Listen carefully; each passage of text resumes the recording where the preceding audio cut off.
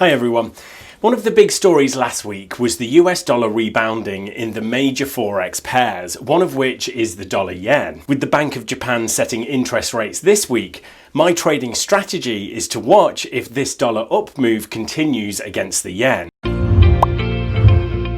GKFX Cambodia presents the week ahead.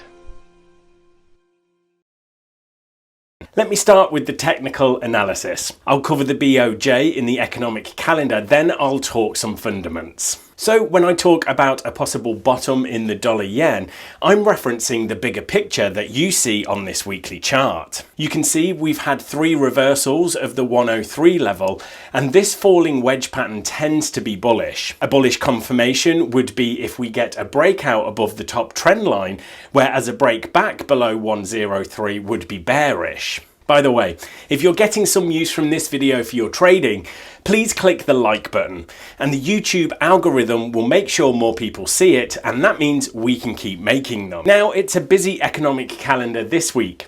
There was a change to the dates for China GDP, which is now Monday this week. Same for industrial production and retail sales. German CPI follows on Tuesday.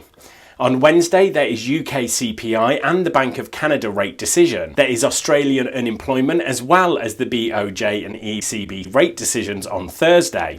Then we round off the week with PMI data for January on Friday. One thing to understand about the dollar-yen currency pair up front is that it is heavily dependent on US bond yields. When US government bond yields rise faster than the equivalent bonds in Japan, Japanese investors tend to want to own more US bonds than Japanese ones to earn more interest on their money. That means they sell yen and buy dollars in order to buy the US bonds. With that positive correlation in mind, US Treasury yields are at their highest since the crash in March last year, having recently risen back over 1%. I talked about the effect Democrats winning the Senate had on that last week. Yields in Japan are rising too, but not as much, because Japan isn't planning the same huge amount of government spending that Democrats in the US are. Now, will this spread between US and Japanese bond yields continue to widen?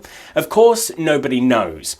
But if they do, that's a strong reason to suspect the dollar-yen pair is ready to bottom out. And the second consideration here is the Bank of Japan. The BOJ is unlikely to change its monetary policy at the meeting this week.